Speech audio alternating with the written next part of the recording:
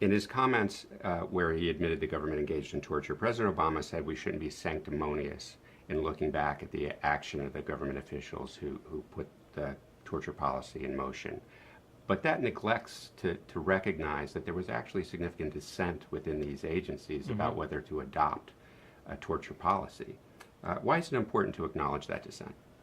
Well, you're right. There in every agency, in every part of the military, there were people who risked their careers, in some cases risked their safety, to expose torture, to end the torture policies. In some cases, at Guantanamo, there were military prosecutors who refused to prosecute prisoners on the basis of evidence that had been derived through torture. So there were a lot of people who took these risks in order to resist or dissent from the torture policies, and I think we owe them something. Those people did what they were supposed to do, and if we don't honor those people, then there's the danger that the next time these kinds of policies are proposed, the people who would dissent will look back and they'll say, well, look what happened to those people who dissented last time. They faded into obscurity, or even worse, they've been penalized for the dissent that they engaged in, and people won't dissent, and that would be a dangerous thing. And the way this idea goes forward suggests that that the events that we're going through now, where other governments are criticizing our policies, where there's a lot of internal criticism within the United States, all the problems that have resulted from torture, those were actually foreseeable, and an intelligence agency is supposed to be right. looking not just forward. Foreseeable, but foreseen, right? It is, I think, a very good question. Why the intelligence agencies,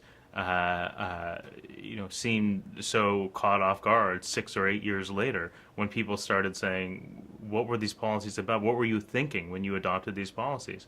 Did you not think through the costs for our? Did you not think through the implications for our moral stature as a country, or our diplomatic power? Did you not think through the implications of having people in our prisons against whom the only evidence we could point to is evidence that had been beaten out of somebody else?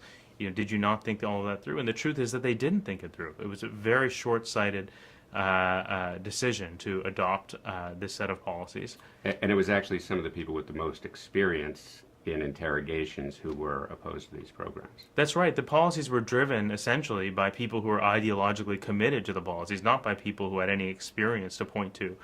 In fact, very few of them, I'm not sure any of them, had been anywhere close to an interrogation room before.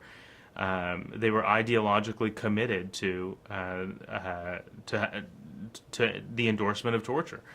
And the people who did have experience were the ones who were saying this is a bad idea. And so it's not like nobody figured it out until 6 or 8 years had passed that this was a bad idea. A lot of people knew it was a bad idea early on, and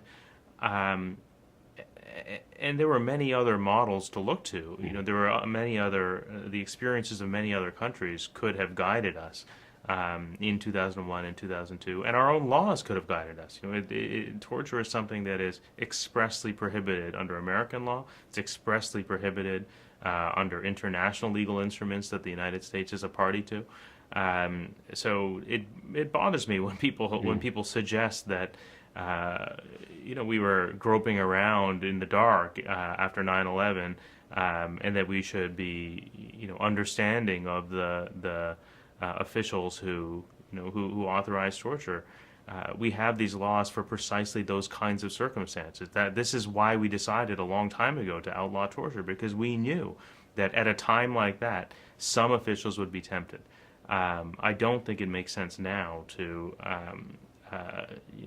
sort of neglect accountability, or to let people off the hook, or to pretend that that choice was a more difficult one than it actually was. I mean, the choice really should have been made for us by the laws that were already on the books, and it's it's a scandal that senior officials knowingly violated those laws, and even now, have not been held to account for it.